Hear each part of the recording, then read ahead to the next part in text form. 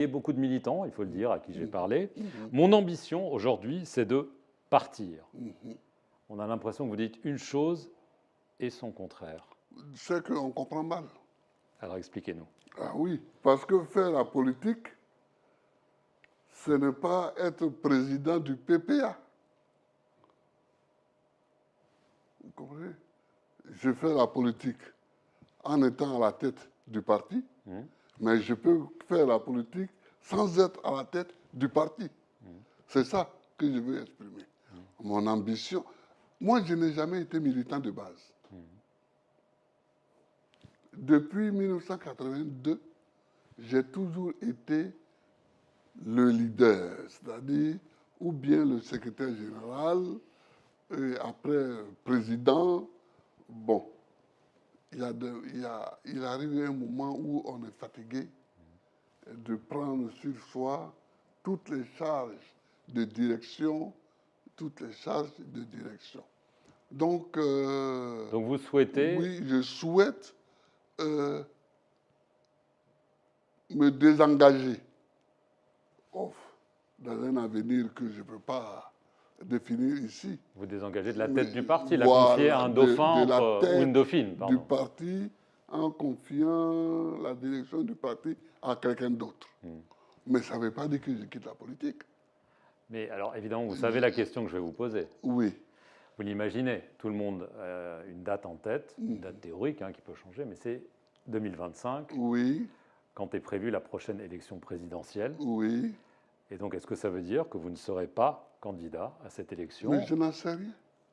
Je n'en sais rien. Parce que je l'ai dit aussi, mais ça, on l'a moins compris. Parce que j'ai dit, moi, j'ai occupé toutes les fonctions. J'ai été opposant, j'ai été président. Donc, et j'ai écrit ce qu'il faut faire. J'ai écrit ce qu'il faut faire pour que la Côte d'Ivoire sorte du sous-développement. Donc, mes idées sont là et je vais continuer à écrire. Bon. Maintenant, et je l'ai dit, en 1940, quand De Gaulle était dans l'avion qui le menait à Londres, il ne pensait pas qu'il allait devenir président de la République. Il y a des moments où certaines charges s'imposent à vous.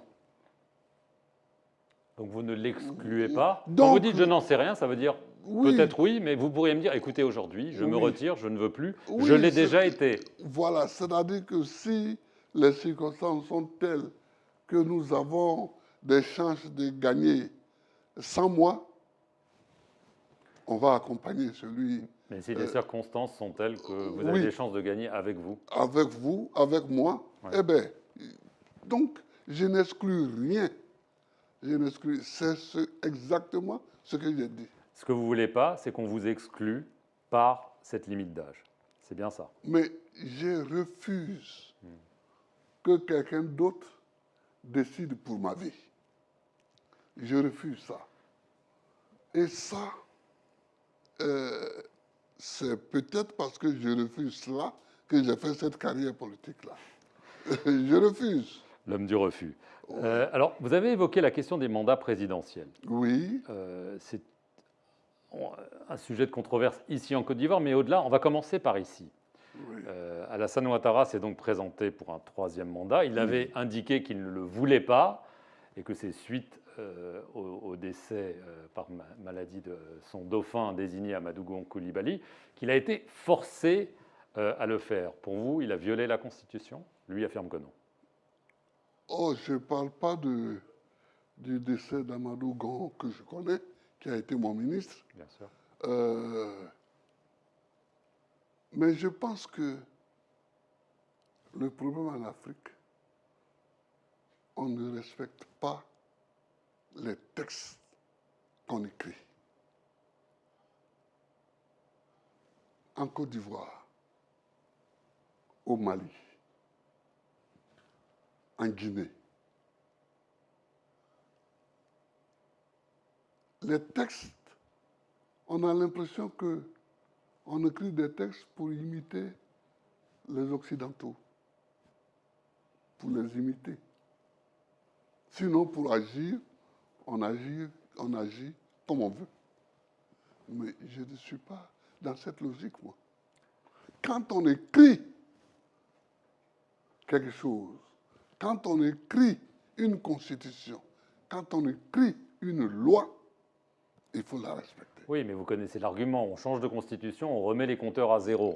Oui, mais c'est justement tout ça qui est ne pas respecter la loi. Donc Alassane Ouattara n'a pas respecté. Oui, oui, mais à quoi ça sert aujourd'hui de le dire? Alors, ça sert de le dire parce que vous avez parlé de la raison. Et je vais quand même vous poser une question. Vous avez cité des exemples, on va y venir. Mais est-ce que, fondamentalement, est-ce que ces histoires de limitation de mandat qu'on fait sauter, remettre à zéro, est-ce que ce n'est pas un poison pour la démocratie en Afrique? Mais je vais dire une chose, hein, je vais vous dire une chose. Parce que ça encourage les coups d'État, Moi, voilà, d'une certaine façon. Moi, je suis pour la limitation des mandats à 2. Je suis pour Point ça. final. Bon, mais les gens ne sont pas obligés d'être pour la limitation des mandats. Il y a des pays où on ne limite pas les mandats. Et donc, écoutez, la chancelière allemande, elle a fait 16 ans. Elle a fait 16 ans. Non, mais dans les pays où il y a une limitation. Excusez-moi. Pardon. Qui ne lui reproche?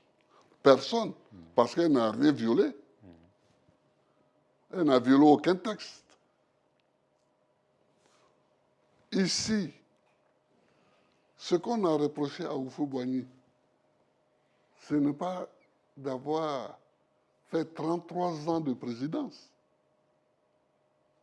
C'est d'avoir fait le parti unique. Vous comprenez? Mais sinon, lui n'avait pas limité les mandats. Donc, n'ayant pas limité les mandats, il continuait. Il faut qu'on soit logique. Il faut qu'on soit logique. La démocratie, c'est ça aussi. On adopte des textes.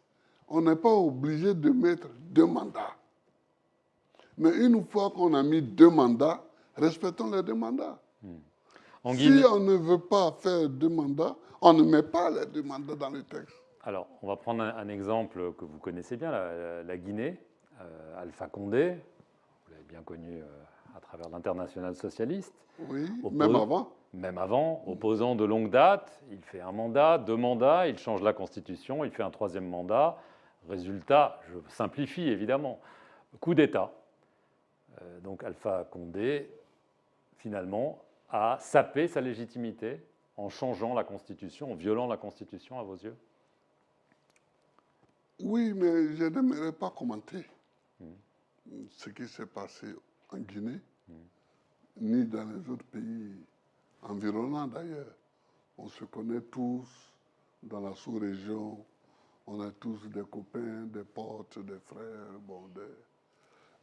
donc je n'aimerais pas faire de commentaires. Mais sur les coups d'État, quand même.